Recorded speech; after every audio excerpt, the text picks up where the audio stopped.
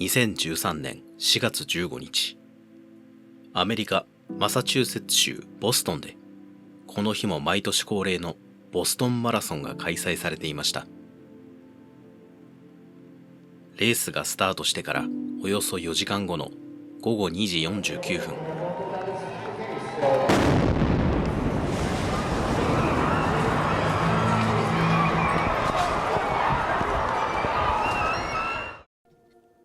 アメリカ北東部の都市ボストン。マサチューセッツ州の州都でもあるこの町では、毎年4月に世界6大マラソン大会の一つであるボストンマラソンが開催されます。ボストンマラソンの歴史は古く、1897年に第1回大会が開催されて以降、120年以上にわたって開催されている世界最古のマラソン大会です。アメリカでは独立戦争最初の戦いであるレキシントン・コンコードの戦いが行われた4月19日にちなみ、毎年4月の第3月曜日を愛国者の日と定めています。ボストンマラソンも毎年この愛国者の日に開催されており、テロ事件の起こった2013年は4月15日にあたりました。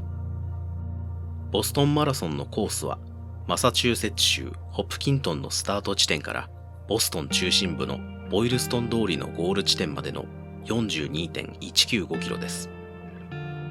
2013年4月15日午前9時からグループごとにアスリート部門や車椅子部門の選手などが順次スタートを切っていきます。続いて午前10時からは市民ランナーのグループが順次スタートしていきました。市民ランナーたちがスタートしてから4時間後の午後2時、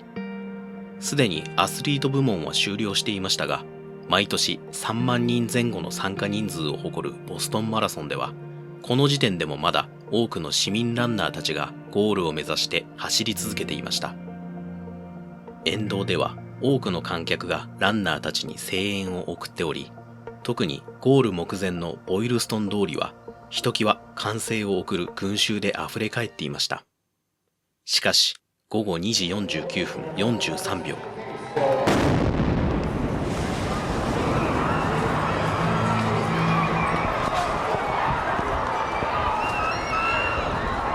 そしてその14秒後。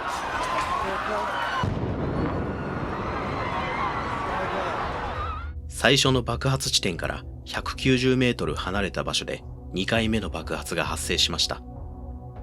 現場にいた人々は警察、消防、あるいは一般市民など立場に関係なく、すぐさま負傷者の救助活動を開始しました。さらに、ボストン近郊の町や州全体から応援の医療チームが派遣されるなど、総力を挙げて負傷者に対応しましたが、結果として264名が負傷、3名が命を落としました。当初からテロ攻撃であることが疑われていた本事件は、連邦捜査局 FBI が捜査の指揮を執ることになりました。爆発現場を調査すると、すぐに爆弾の残骸が発見されました。釘、ボールベアリング、電子回路の基板や配線などです。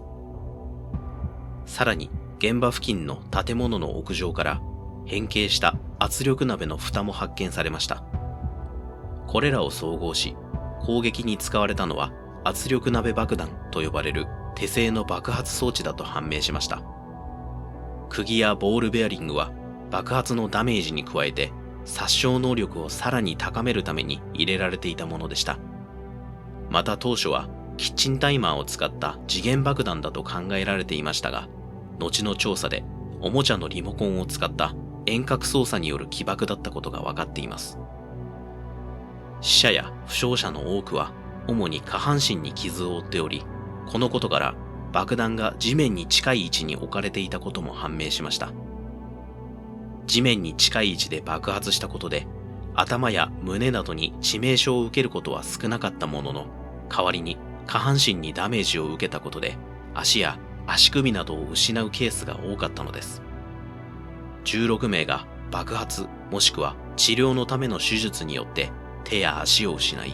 3名については複数の手足を失うことになりました。しかし、この負傷者の中に重要な目撃者が含まれていました。一つ目の爆弾のすぐ隣にいたため、両足を失ったジェフ・ボーマンが病院で短いメモを残します。バッグ。男を見た。私をじっと見ていた。ボーマンはその後、さらに詳細な証言を行ったため、これが容疑者の早期特定につながりました。周辺の監視カメラや観客の携帯電話などから、ボーマンの証言に合致する男が発見されたのです。黒い帽子に黒いバックパックを背負った男。さらに調査を進めると、この男が別の白い帽子の男と行動を共にしているのが確認されました。後にタメルラン・ツァルナイフとジョハル・ツァルナイフと特定された2人の男。2人は実の兄弟でした。しかし FBI はすぐに容疑者2名の情報を公開することはしませんでした。情報を公開した場合、容疑者たちが逃亡・潜伏する可能性があったからです。ツァルナイフ兄弟もこの時点では自分たちの存在が当局にバレているとは考えていませんでした。ところが事件当日の午後から早くもメディアによる憶測報道や誤報が相次ぎました。挙句の果てに無関係の人物の写真を容疑者として新聞の一面に掲載するなど事態は深刻化していきました。この状況を受け、事件から3日後の4月18日午後5時、FBI はついに容疑者2名の写真公開に踏み切りました。しかしここから事態はさらに悪い方向へと進んでいくのです。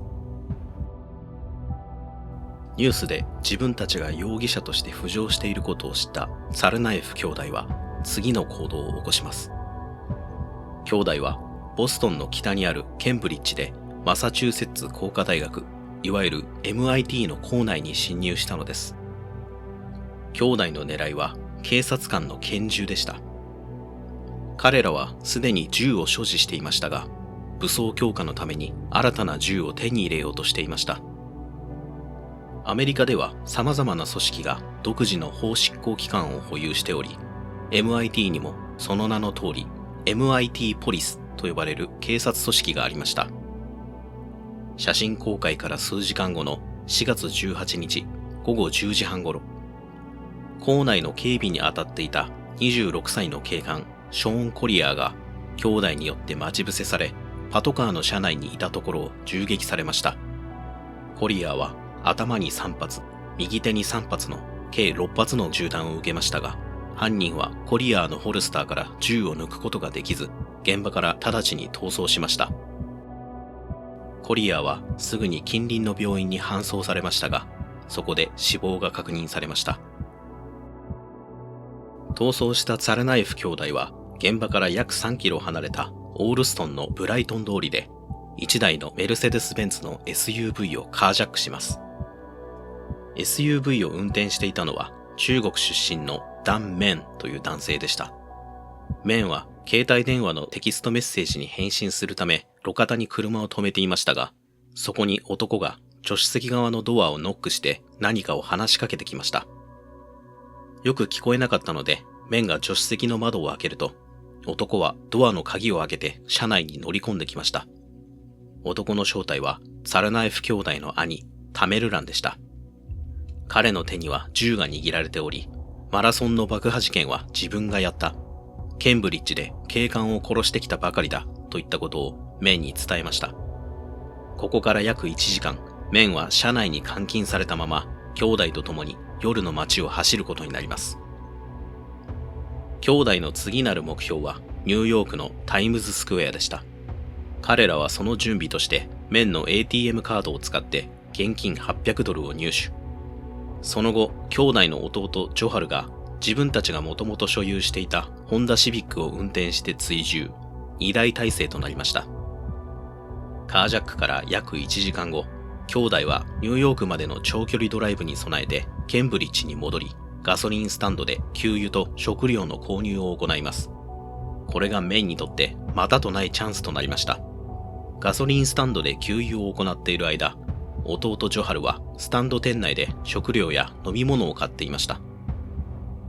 兄タメルランと人質のメンは2人で車内に残っていましたが、この時タメルランは携帯電話でニューヨークまでのルートを調べていました。この隙をついてメンはとっさに車から飛び出し、道路の反対側にある別のガソリンスタンドに飛び込み、店員に911に連絡するよう頼みました。この時、車内に残されたメンの携帯電話や SUV に搭載された位置情報サービスにより、犯人たちの現在位置が当局側に知られることになりました。2013年4月19日午前0時過ぎ、ケンブリッジの隣町、ウォータータウン。この町で盗難車両の SUV が警察によって発見されます。発見したのはウォータータウン警察署に勤務するレイノルズ巡査でしたが、彼は盗難車両捜索の命令しか受けておらず、まさかそこにマラソンの爆弾テロ犯が乗っているとは思いもしませんでした。レイノルズ巡査はパトランプをつけずに SUV を追跡しながら無線で応援を要請。間もなく同じ警察署のマクレラン巡査部長が応援に向かいました。その後 SUV はデクスター通りを南下。途中で東に曲がり、ローレル通りへと入っていきました。応援のマクレラン巡査部長が追いついた時、ちょうどレイノルズ巡査のパトカーがローレル通りに曲がっていくところでした。応援が追いついたので、レイノルズ巡査はパトランプを点灯させて SUV に停止命令を出そうとしました。ところがその瞬間、突然 SUV を降りた人物がパトカーに向かって銃を乱射し始めました。兄弟の兄、タメルランでした。レイノルズ巡査は慌ててパトカーを後退させます。しかしそんな状況の中、応援のマクレラン巡査部長のパトカーがローレル通りに入ってきてしまいました。彼のパトカーもタメルランの銃撃を受け、弾丸はフロントガラスを貫通しました。その後も巡査部長のパトカーはタメルランの集中砲火を受け続けたため、犯人の注意を自分たちからそらすために、巡査部長はシフトレバーをドライブに入れて車を降り、無人のパトカーをゆっくりと前進させました。マクレラン巡査部長とレイノルズ巡査は動き出したパトカーを盾にしながら犯人に接近しようとしましたが、そこへ犯人たちが投げた即席爆弾が飛んできます。パトカーが盾になったため、2人は無事でしたが、車の窓は粉々に粉砕。2人は住宅の庭先や木の陰に隠れながら犯人に応戦し続けました。その間も時折、犯人たちから即席爆弾を投げつけられましたが、幸い2人は大きな怪我を負うことなく戦闘を続けました。この間、ようやく警察の応援が駆けつけ、銃撃戦に加わり始めました。すると、増えていく警官隊を見て覚悟を決めたのか、タメルランは銃を発砲しながら警官たちの方へと歩いてきました。しかし、50メートルほど進んだところで、彼の銃は弾切れとなります。マクレラン巡査部長は彼に向かって降伏するように叫びます。すると突然、民家の裏に回り込んでいたパグリーズ巡査部長が現れ、タメルランに向かって発砲。さらに彼に向かってタックルを食らわせました。パグリーズ巡査部長がタメルランと揉み合いになっているのを見て、マクレラン巡査部長とレイノルズ巡査も飛び出し、犯人確保を手伝いました。しかしその間、兄弟の弟ジョハルが次の行動を起こしていました。彼は SUV に乗り込み、路上で揉み合いになっている警官たちに向かって猛スピードで車をバックさせたのです。パグリーズ巡査部長はなんとかタメルランを SUV の進路から引き離そうとしましたが間に合わず、警官たちはギリギリで回避したものの、タメルランは弟ジョハルの運転する SUV に引かれてしまいました。一説にはジョハルが警官たちが仲間に心臓マッサージをしていると勘違いしていたとも言われています。弟ジョハルの SUV に10メートル近く引きずられたタメルランはすぐに病院に搬送されましたが、4月19日午前1時35分、死亡が確認されました。結果としてこのウォータータウンでの銃撃戦はわずか7分間の出来事でした。この7分間の間におよそ200発から300発の銃弾が放たれ、うち56発は犯人側のものでした。また、少なくとも1つの圧力鍋爆弾が使用され、加えて5つの粗雑な手榴弾が投げられ、そのうち3つが実際に爆発しました。この戦闘に加わったのはウォータータウン警察だけではありませんでした。ボストンやケンブリッジの各警察も応援に駆けつけ、さらにマサチューセッツ州の州警察だけでなく、ボストン大学警察やマサチューセッツ湾交通局警察まで応援に駆けつけていたのです。この銃撃戦ではマサチューセッツ湾交通局の警察官ドナヒューが味方の誤射によって重傷を負いましたが、その後一命を取り留めました。また、ボストン警察のデニス・シモンズが犯人の手榴弾で負傷、翌2014年4月10日に死亡しました。前述のようにアメリカでは各機関がそれぞれ独自の警察組織を保有していますが、このように複数の組織が同時に活動を行う場合、それぞれの権限の範囲や指揮系統についての問題が発生することがあります。今回の場合、味方への誤射だけでなく、周辺の家屋への流れ弾が数多く報告されており、一部の報告書では、警察機関の連携不足が一般市民を過度な危険にさらしたと指摘しています。結局、現場のウォータータウン警官たちが犯人の正体を知らされたのは銃撃戦が終わった後になってからでした。彼らはそれまでただのカージャック犯と戦っていると思っていたのです。兄弟の弟ジョハルが運転する SUV は現場から逃走しました。しかし現場にはまだ犯人たちが所有していたホンダシビックが残されていました。この車の情報から捜査当局は犯人たちをタメルラン・ツァルナイフ、そしてジョハル・ツァルナイフであると特定します。タメルランは死亡しましたが、弟ジョハルは未だ逃走中です。FBI は夜が明けるとジョハル・ツァルナイフの名前と写真を公開しました。また、パトリック州知事はウォータータウンとその近郊の市町村住民に屋内退避を行うよう自動電話で通達しました。その後、警官や装甲車に乗ったスワットチームなど様々な組織が各家庭を個別訪問し、ジョハルの捜索に当たりました。これらの捜索活動は 9.11 同時多発テロ以降で最も大きな組織間タスクフォースによって実施されました。ところが、これら大規模な捜索活動にもかかわらず、夕方になってもジョハルの行方は分かりませんでした。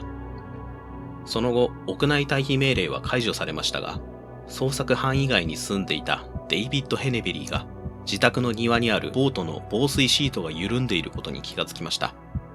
ヘネベリーが恐る恐るボートの中を覗いてみると、そこには血だまりの中でうずくまる人物がいました。ヘネベリーは午後6時42分、911に通報。捜索隊はすぐにボートを取り囲みました。やがてボートの中の人物が防水シートをつつき始めたため、警官隊は一斉にボートを銃撃しました。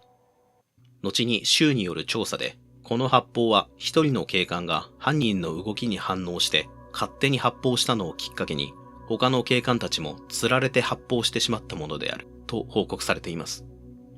このような一斉射撃は伝染性射撃と呼ばれており、一人が発砲すると他の人もなぜ発砲しているのかわからないまま発砲を始めてしまうという警察職員によく見られる現象だと考えられています。結局、現場のいずれかの指揮官が発砲中止を命令するまで数秒間にわたってボートは集中砲火を浴びることになりました。このような混乱も複数の組織が参加していながら明確な指揮系統が構築されていなかったことが一因となっているのです。そして通報から2時間後の4月19日午後8時42分、ついに投降の呼びかけに応じたジョハルが姿を現し、彼は身柄を拘束されました。マラソンでの爆弾テロから4日目のことでした。ツァルナイフ兄弟は2002年にアメリカに移住してきたチェチェン系移民でした。兄弟の母親が熱心なジハード支持者であったことや、2人がイスラム教徒であったことから、テロ組織とのつながりが疑われたものの、その後の調査で事件は兄弟の単独犯であったことが判明しました。ただし、兄弟はアルカイダの関連組織が発行するオンラインマガジンから手製爆弾の製造法などを学んでいたことも明らかになっています。ジョハルが残したメモによると、今回のテロ行為はイラクやアフガニスタンにおける米軍の軍事行動に対する報復であり、爆弾の犠牲者はアメリカが起こした戦争の罪なき犠牲者と同じように巻き添え被害を受けたというのです。2022年3月、アメリカ最高裁判所はジョハルに対して死刑判決を下しました。その後、2015年には殺害された MIT 警察官ショーン・コリアーを偲んでショーン・コリアー記念碑が建立され、ボイルストン通りの2カ所の爆発現場にもそれぞれ亡くなった3名を偲ぶ慰霊碑が設置されました。今回の動画は以上となります。ご視聴ありがとうございました。